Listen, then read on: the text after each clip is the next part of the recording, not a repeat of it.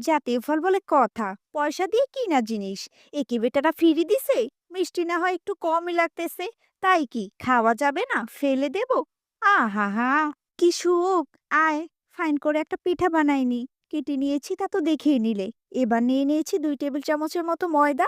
এরপর নিয়েছি 1 টেবিল পরিমাণ কর্নফ্লাওয়ার, 1 টেবিল চামচ গুঁড়ো দুধ, 1 টেবিল চামচ গুঁড়ো করা চিনি। তোমাদের মন চাইলে বেশিও দিতে পারো। তারপরে দিয়ে দিলাম একটুখানি বেকিং পাউডার, দিয়ে দিয়েছি ভ্যানিলা এসেন্স 2 ফোঁটা। মন না চাইলে এটাও স্কিপ করতে পারো।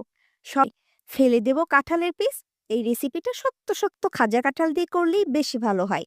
এইবার কাঁঠালের গায়ে গুঁড়ো মেখে ঝাঁকিয়ে ঝাঁকিয়ে শুকনো করে নিয়েছি। তারপর তেল গরম করে চুলার আঁচটা একটু মিডিয়াম করে দিয়ে সুন্দর করে এপিট ওপিট মুচমুচে করে ভেজে নেব। উপরটা হবে সুন্দর ক্রিস্পি, ভেতরটা হবে একদম নরম তুলতুলে, একেবারে মুসমুস করতেছে। কি যে একটা ঘেরান! পাঠাটা সিজন চলতেছে। না বানিয়ে আফসোস করবা নাকি বানিয়ে খেয়ে স্বাদ নেবে, সেটা তোমাদের ব্যাপার।